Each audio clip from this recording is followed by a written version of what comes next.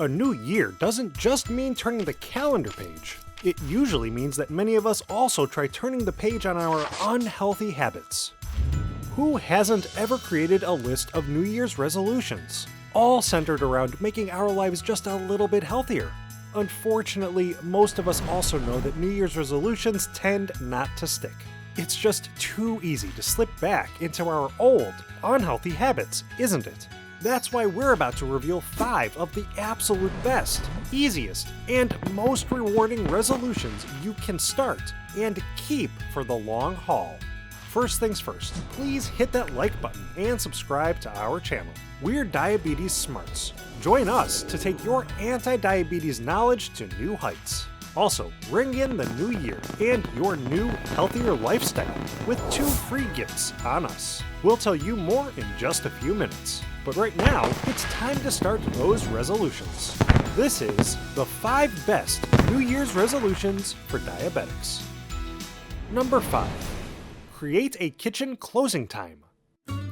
While late night snacking can be fun, it can also cause a cascade of ill health, especially for those who suffer from diabetes. Recent studies have shown that eating late in the day can create a dangerous rise in both insulin and glucose levels during the night. One such study from the University of Pennsylvania found that people who eat later in the day put on more weight than people who eat their meals during earlier hours.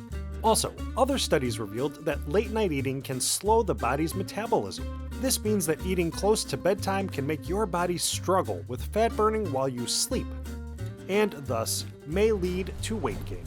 Late-night snacks can also push you towards sleep deprivation. Consistently being sleep deprived can cause multiple complications, including the heightening of stress levels. Stress is a major risk factor for diabetes, and prolonged stress levels can also lead to further weight gain. In fact, research has shown that people who eat late-night snacks not only find their fasting glucose levels raised, but their triglyceride and cholesterol levels will become heightened as well. On the other hand, eating your meals earlier in the day can actually create feelings of satiety, meaning eating sooner rather than later may help you feel fuller for longer, and therefore might help you avoid those late-night cravings.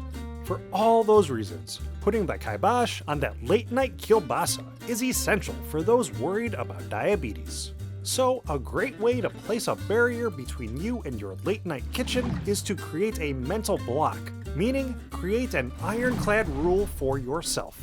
Close your kitchen after 9 p.m. If you happen to eat your dinner quite early, you could even close your kitchen at 8 o'clock. Let everyone in your household know your rule so they can hold you accountable.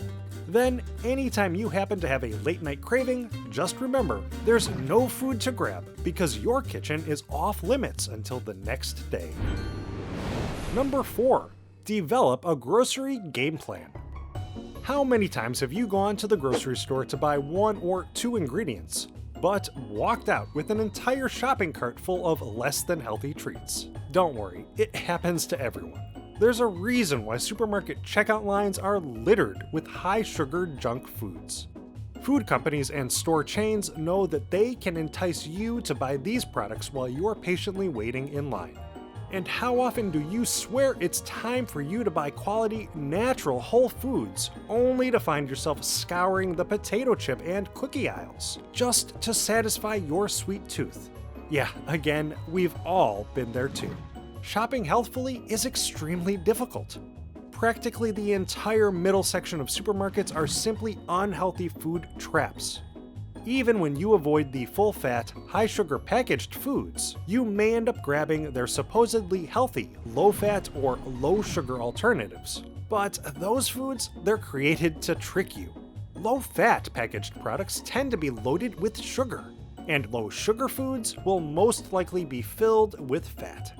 In other words, packaged diet foods are just as, if not more, unhealthy for your body. That's why it's essential to create a grocery store game plan, and the first step for you should be to avoid the middle aisles. This is where Food Corporation creations will be located, and it's these foods, from chips to crackers to soft drinks, which have played a central role in the obesity and diabetes epidemics currently sweeping the world. The food you'll want to buy, both for your wallet and your waistline, will be located along the perimeter of the market.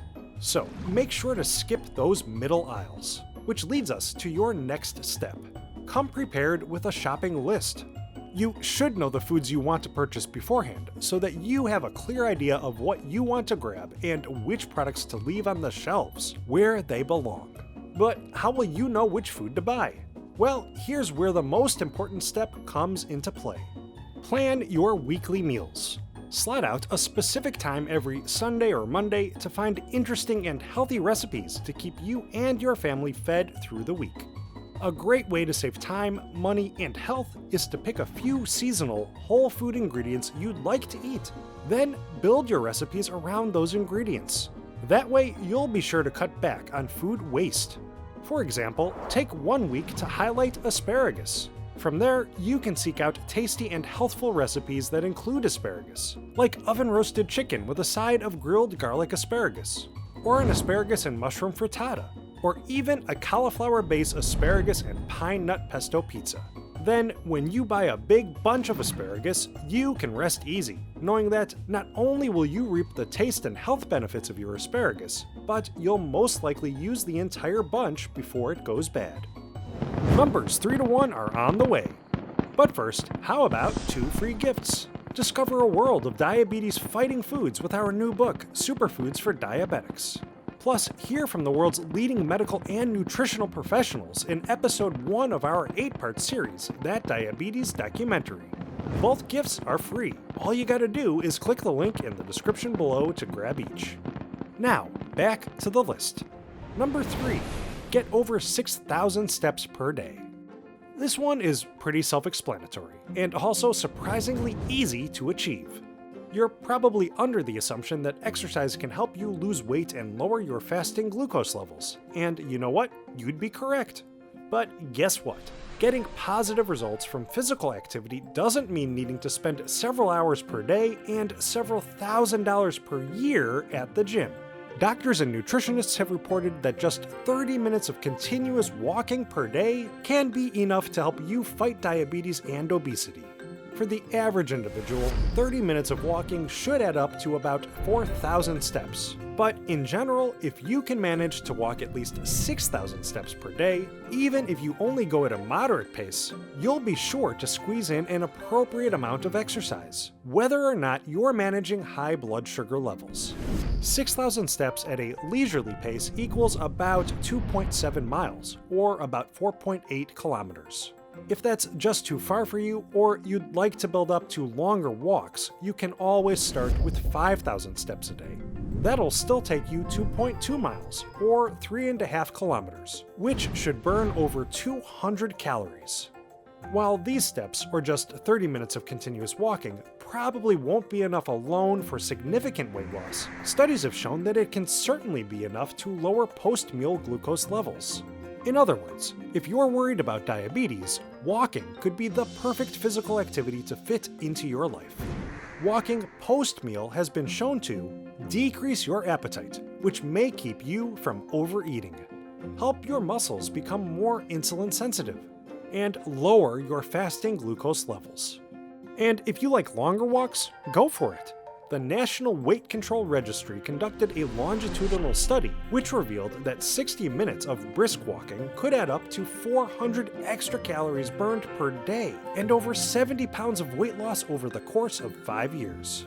But if you just want to squeeze in a few quick meanders throughout your day, even that can help your health.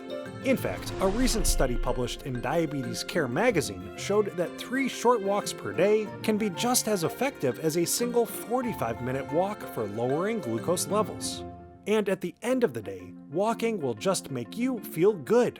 Brisk walking has been shown to boost your endorphins, the feel-good hormones, which in turn can lower your stress levels. Don't forget that stress is a big factor for both becoming diabetic and worsening your insulin resistance. But even walking just 30 minutes a day can have the effect of reducing your stress and lowering your heart rate. This means that walking is a perfect New Year's resolution that should be easy to keep. Why not make a habit of taking a scenic, refreshing half-hour stroll after dinner? If you really want to go for broke, just add a short post-lunch walk to your daily routine as well. Number 2.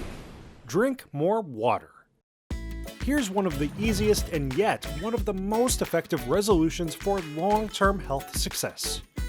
Chances are, people who found themselves with a type 2 diabetes diagnosis or have experienced years of weight gain may be able to point to a main culprit: sugary drinks. Did you know that the average yearly consumption of soft drinks in the US is almost 40 gallons per person? That means a huge portion of people are guzzling down an enormous quantity of unhealthy simple sugars. Research has revealed that drinking even just one soft drink per day can increase your risk of type 2 diabetes by 25% and can also increase your risk of heart disease by 20%. On the flip side, other studies have shown that adults who drank 45 ounces of water or more per day lowered their risk of chronic high blood sugar levels by 21%, compared with those who drank just 16 ounces or less of water per day. Not only does water keep you hydrated, but it can help dilute the glucose in your blood, and thus can help you reduce your insulin resistance. But a key benefit to keeping yourself hydrated is water's ability to suppress your appetite. This means the next time you're feeling one of those unhealthy late-night cravings, instead of reaching for the bag of chips, grab a glass of water instead. Chances are you'll quickly feel full and end up avoiding those chips. And now, our favorite New Year's resolution for diabetics is number 1.